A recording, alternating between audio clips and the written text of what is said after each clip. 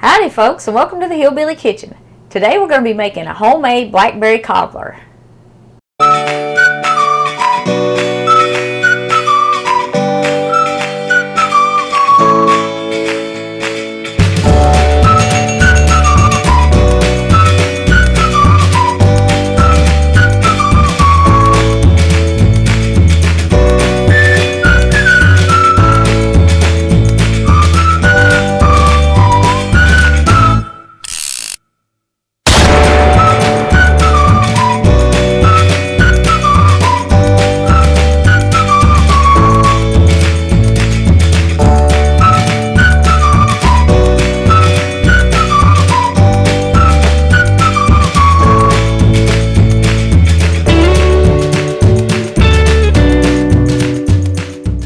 Okay, now I wanted to make this video a couple of weeks ago, and I got this cold, and I'm sorry if you're having trouble understanding me. I know my voice is still terrible, but I lost my voice completely for almost 3 weeks, so that's why there haven't been any new videos.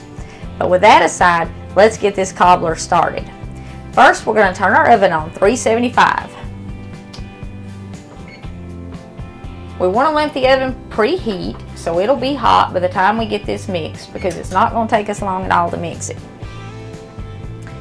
I've got 4 cups of berries here, and these have been frozen. I totally missed blackberries while I was sick, but you can get them frozen fresh. It doesn't matter. You do want at least 4 cups though, because a berry cobbler's got to have some berries in it. And these probably have a few raspberries mixed in them, and black raspberries and stuff, because we have all those growing wild around here. And when we go out and pick them, we usually mix them up a little bit. So you can actually make this cobbler with raspberries, black raspberries, or blackberries.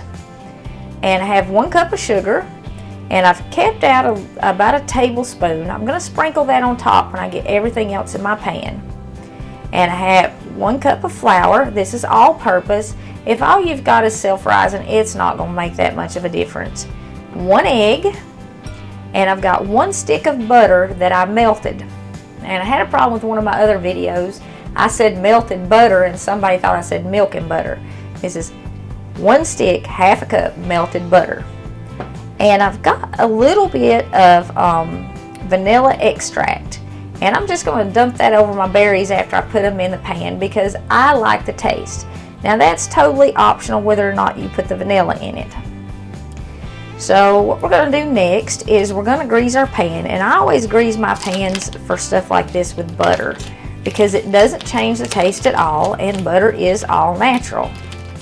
Just take a cold stick of butter and peel it back, and then you can go over the pan with it and coat it really good. Just kind of go both directions and get down in the corners good, and then go up the sides.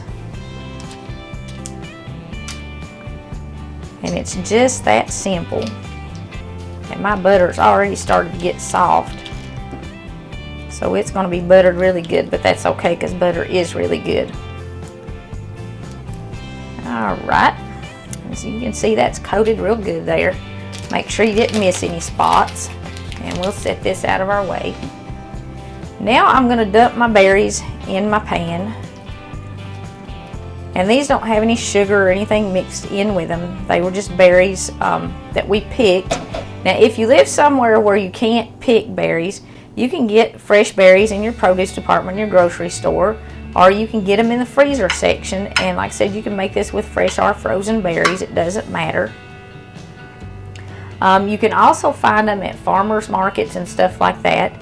If you've just moved somewhere where, you know, if you've just moved out in the country and you want to go pick berries, you do really need to watch the briars on blackberries. They are dangerous. And the raspberries, you know, I said we have black raspberries and stuff around here. They're not quite as prickly, I guess. And the briars on them kind of have a bluish color. Maybe that'll help you identify them. They're a different color than the blackberries. But anyway, we're going to beat up our egg.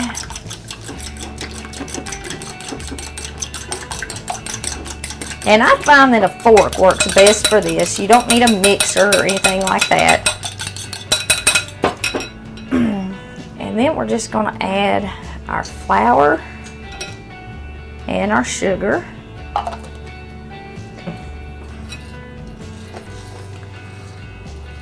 And you're just going to mix that up with your fork until it gets crumbly.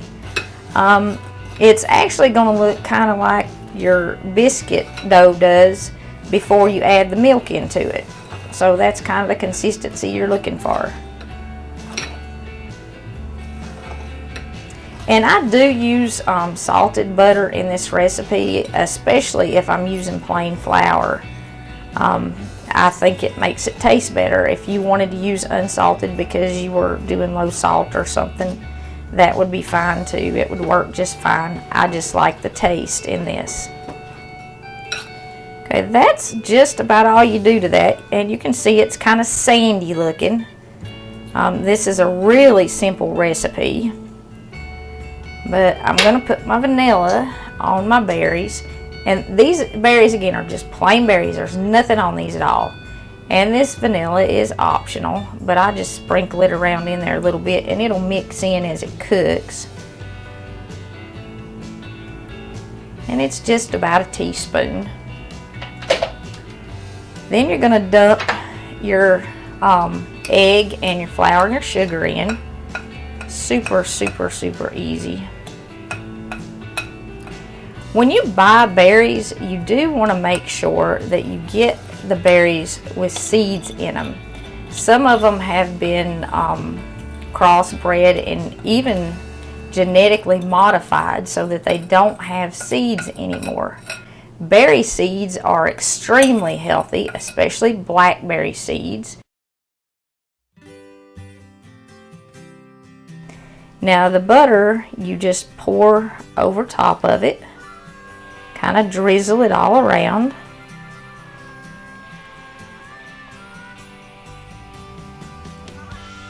Just like that. And it'll run down in the crumbs, the sugar and flour crumbs. Now what I'm going to do with this, and I learned this trick from my Aunt Dot, and my granny did it too, is you just sprinkle this over the top of all this. And that sugar is going to brown real pretty when your cobbler comes out.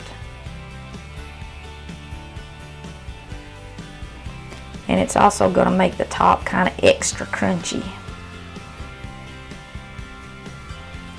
And that's all you do to that.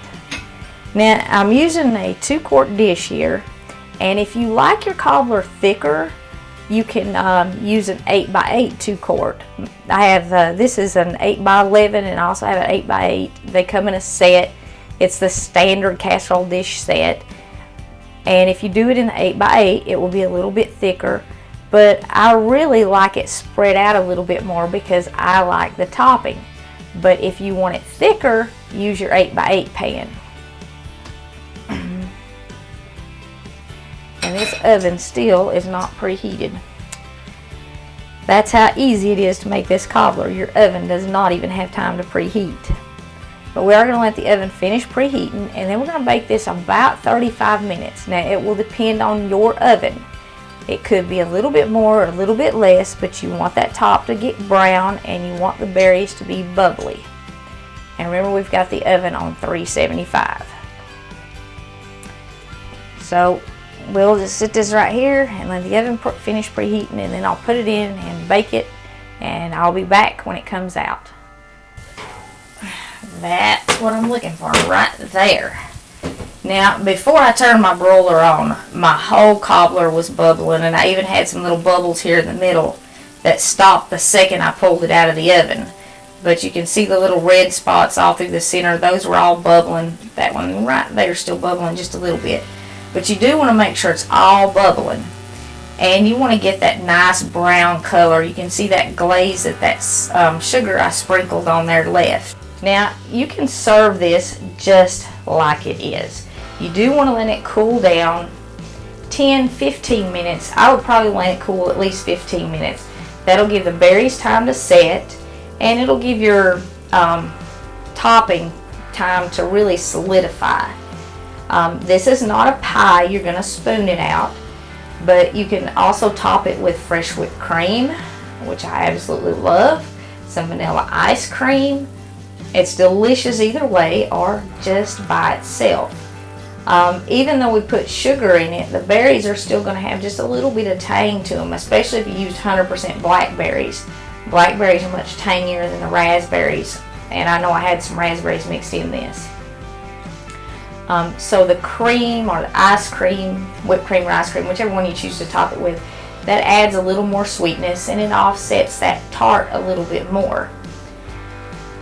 But if you can stand the heat in the kitchen to turn the oven on, you should really give a Blackberry Cobbler a try this year. If you get time to get out and pick them or go buy them.